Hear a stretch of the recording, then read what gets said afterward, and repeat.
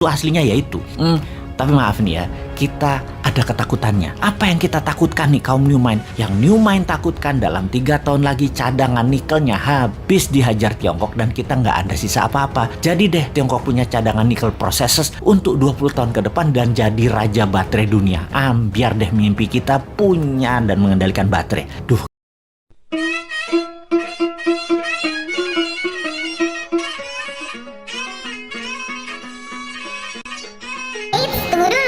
Sebelum nonton video lengkapnya, jangan lupa untuk subscribe ya dan klik link di bawah ini. Jangan lupa juga untuk klik tombol loncengnya. Oke? Terima kasih.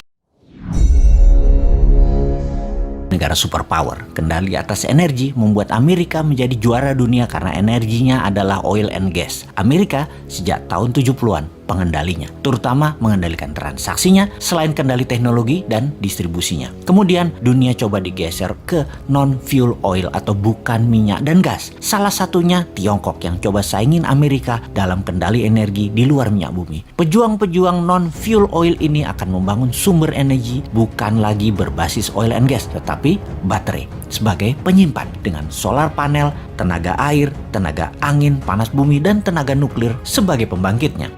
Sekali lagi, kita ingatkan kalau Indonesia mau jadi negara superpower, Indonesia harus punya sesuatu yang didominasi sebagai alat tekan. Sungguh, menjadi negara superpower wajib ada yang didominasi terutama kekuatan militer dan punya banyak alat penekan. Amerika itu militernya terkuat di dunia sebagai alat tekan, punya teroris sebagai alat tekan, lalu punya dolar sebagai alat tekan juga, punya hutang sebagai alat tekan juga, punya multilateral organisasi seperti PBB, IMF, dan lain sebagainya sebagai alat tekan juga. Kemudian tujuan New Mind bernegara adalah ingin membuat Indonesia menjadi negara superpower. Tujuan Old Mind bernegara adalah mengelola anggaran dan rebutan anggaran. Mek ngono tok. Mentalnya yaitu cuman bisa rebutan anggaran. Terus mau berkuasa lagi 2024 dan rakyatnya hebat lagi. Masih terpesona sama Old Mind. Kok iso yo? Sungguh Old Mind ya Old Mind. Bahkan kalau nanti oposisi yang menang tetap otaknya hanya membagi-bagi anggaran yang 1.700 triliun APBN doang. Itu aja yang direbutkan dan fulus itu dibagi-bagi geng Senayan dan geng pejabat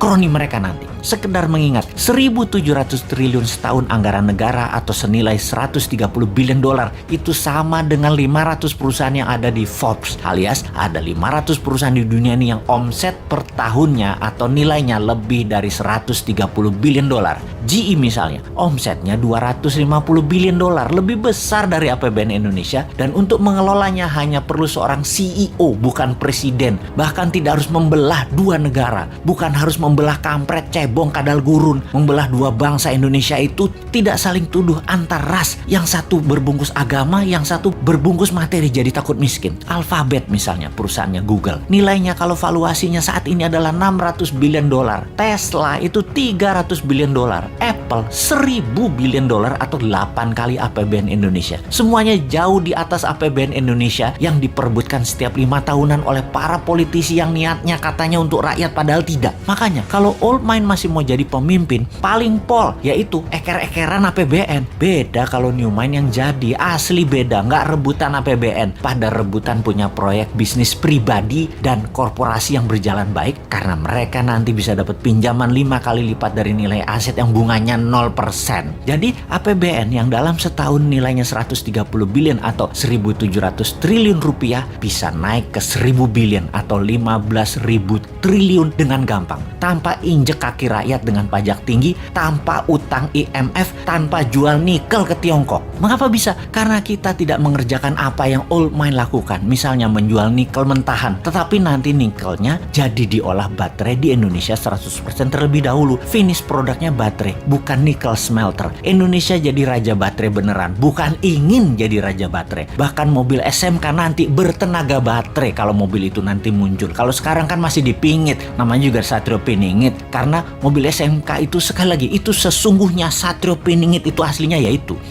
Tapi maaf nih ya, kita ada ketakutannya. Apa yang kita takutkan nih kaum New Mind? Yang New Mind takutkan dalam 3 tahun lagi cadangan nikelnya habis dihajar Tiongkok dan kita nggak ada sisa apa-apa. Jadi deh Tiongkok punya cadangan nikel processors untuk 20 tahun ke depan dan jadi raja baterai dunia.